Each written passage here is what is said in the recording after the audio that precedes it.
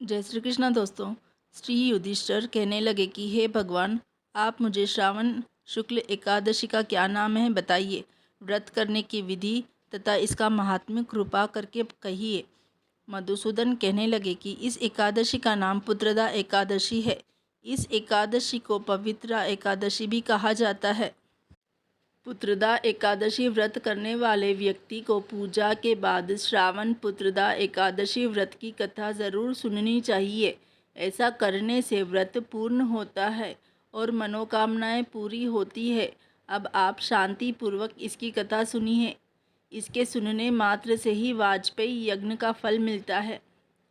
पुत्रदा एकादशी व्रत कथा। द्वापर युग के आरंभ में महिष्मती नाम की एक नगरी थी जिसमें महिजित नाम का राजा राज्य करता था। लेकिन पुत्रहीन होने के कारण राजा को राज्य सुखदायक नहीं लगता था। उसका मानना था कि जिसके संतान ना हो उसके लिए यह लोक और परलोक दोनों ही दुखदायक होते हैं। पुत्र सुख की प्राप्ति के लिए राजा ने अनेक उपाय किए, परंतु राजा को पुत्र की प्राप्ति नहीं हुई। वृद्धावस्था आती देखकर राजा ने प्रजा के प्रतिनिधियों को बुलाया और कहा, हे प्रजाजनों, मेरे खजाने में अन्याय से उपार्जन किया हुआ धन नहीं है। न मैंने कभी देवताओं तथा ब्राह्मणों का धन छीना है। किसी दूसरे की धरोहर भी मैंने नहीं ली है। प्रजा को पुत्र के समान पालता रहा। मैं अपराधियों को पुत्र तथा बांधवों की तरह दंड देता रहा। कभी किसी से घृणा नहीं की। सबको समान माना है। सज्जनों की सदा पूजा करता हूँ।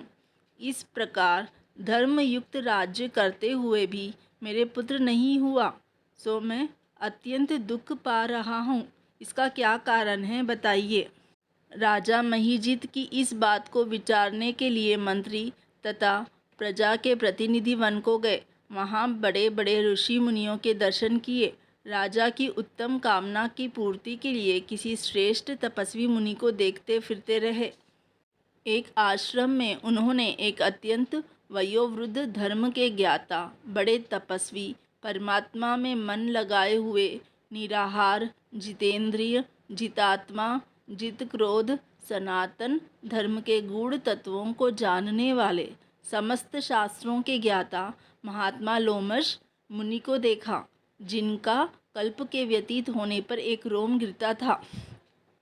सबने जाकर ऋषि को प्रणाम किया। उन लोगों को देखकर मुनि ने पूछा कि आप लोग किस कारण से आए हैं। निस्संदेह मैं आप लोगों का हित करूँगा। मेरा जन्म केवल दूसरों के उपकार के लिए हुआ है, इसमें संदेह मत करो।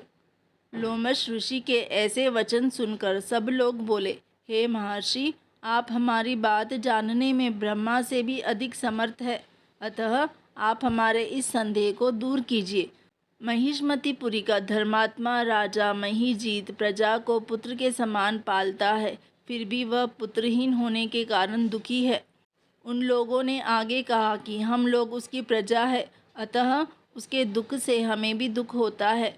आपके दर्शन से हमें पूर्ण विश्वास है कि हमारा यह संकट अवश्य दूर हो जाएगा, क्योंकि महान पुरुषों के दर्शन मात्र से अनेक कष्ट दूर हो जाते हैं।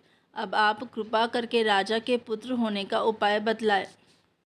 यह वार्ता सुनकर ऋषि ने थोड़ी देर के लिए नेत्र बंद किए और राजा के पूर्व जन्म का वृत्तांत जानकर कहने लगा कि यह राजा पूर्व जन्म में एक निर्धन वैश्य था। निर्धन होने के कारण इसने कई बुरे कर्म किए। यह एक गांव से दूसरे गांव व्यापार करने जाया करता था।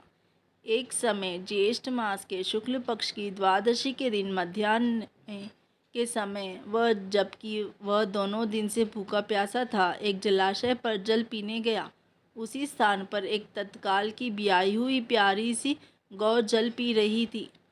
राजा ने उस प्यासी गाय को जल पीते हुए हटा दिया और स्वयं जल पीने लगा। इसीलिए राजा को यह दुख सहना पड़ा।